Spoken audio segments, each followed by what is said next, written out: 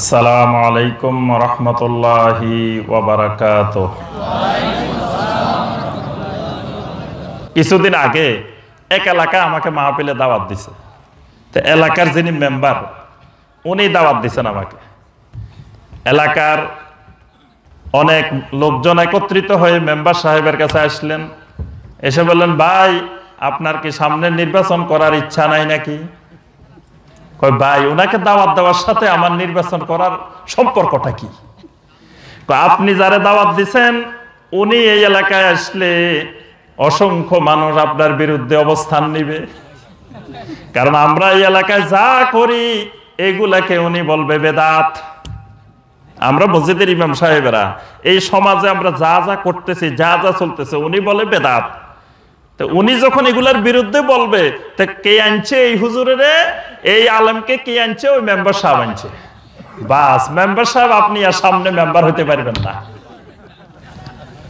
বাস, এখন মেম্বার সাহেবের মাঝে ইমানি পরীক্ষা চলে আসছে। কিন্তু এখন মেম্বার সাহেবের যদি কয় না আমি সুন্নতের সাথেও আছি, বেদাতের সাথেও আছি, আমি শিরকের সাথেও আছি, আমি তাওহীদের সাথেও আছি, এক মানুষ যদি দুইটার সাথে থাকে তিনি কোনোটাই না, তিনি মুমিনও না মুশরিকও না, তিনি মুমিন থেকে বের হয়ে যাবেন। আমি যে কথাটা বলতেছি, তাহলে আবু তালেব অন্তরে নবী সাল্লাল্লাহু আলাইহি ওয়াসাল্লামের প্রতি পরিপূর্ণ ঈমান ছিল, কিন্তু মুখে স্বীকার। আল্লাহ রাসূল সাল্লাল্লাহু আলাইহি ওয়াসাল্লাম লা ইলাহা ইল্লাল্লাহ বলার দাওয়াত দিলেন, শেষ পর্যন্ত আবু তালেব ঘোষণা দিলেন, ওয়া আনা আলা মিল্লাতে আব্দুল মুত্তালিব, আমি আমার বাপদাদার ধর্ম, বাপদাদার দিন ছাড়তে পারবো না। ঠিক আছে হুজুর, সব কথা ঠিক আছে, আপনার সব কথা মানলাম, সব ভালো লাগছে, কিন্তু আমার বাপদাদারা করে এসছে, এটা বাদ দেওয়া যাবে না। এরকম মানুষ সমাজে ভরি ভরি হাজার হাজার। এক জায়গায় গেছি, এক আহলে হাদিস এলাকা, আমি বিয়ে পড়াইতে গেছি, উকিল বাবা নিয়ে আসছে। আমি কই, বিয়ে আপনারা না আহলে হাদিস, এখানে আবার উকিল বাবা কোথা থেকে আসলো? এ তো শয়তানি বাবা। কারণ ওই মেয়ের বাবা বিদ্যমান থাকতে আরেকজন কেমনে বাবা হয়? মেয়ের বাপ আছে, আরেকজন কিভাবে বাপ হবে? আর বাপ হলেও এখানে পাওয়ারফুল। বাপ তার মেয়েকে ইচ্ছা করলে বিয়ে দিতে পারে, ইচ্ছা করলে নাও দিতে পারে, সব পাওয়ার বাপের। বাপ এক পাশে বসে রয়েছে এতিমের মতো, আরেকজন আসি কয় আমি উকিল বাপ। আমি কে না, যান, আপনি বাপের দরকার নাই।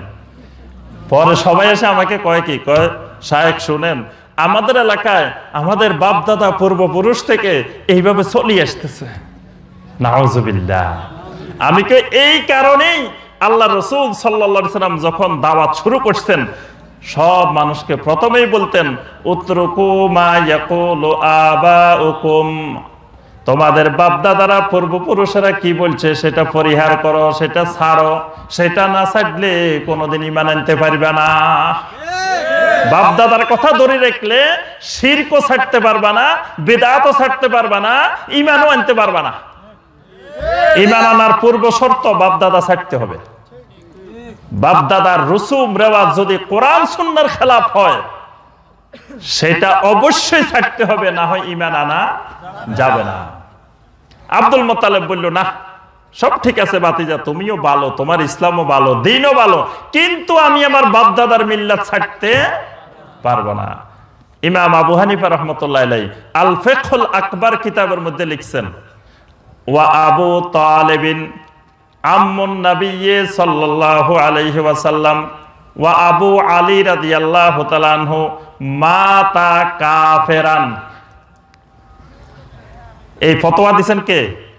ইমাম আবু হানিফা রাহমাতুল্লাহি আলাইহি লিখছেন যে আমাদের আকীদা আহলুস সুন্নাহ ওয়াল জামাতের আকীদা হলো নবী সাল্লাল্লাহু আলাইহি সাল্লামের চাচা আলী রাদিয়াল্লাহু তাআলা আনহুর বাবা আবু তালেব কাফের অবস্থায় মৃত্যুবরণ করছে।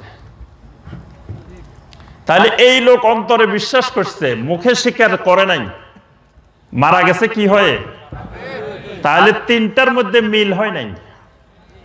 তিন জিনিসের মিলের অভাব, অন্তরে ঢুকছে কিন্তু মুখে স্বীকার করে নাই।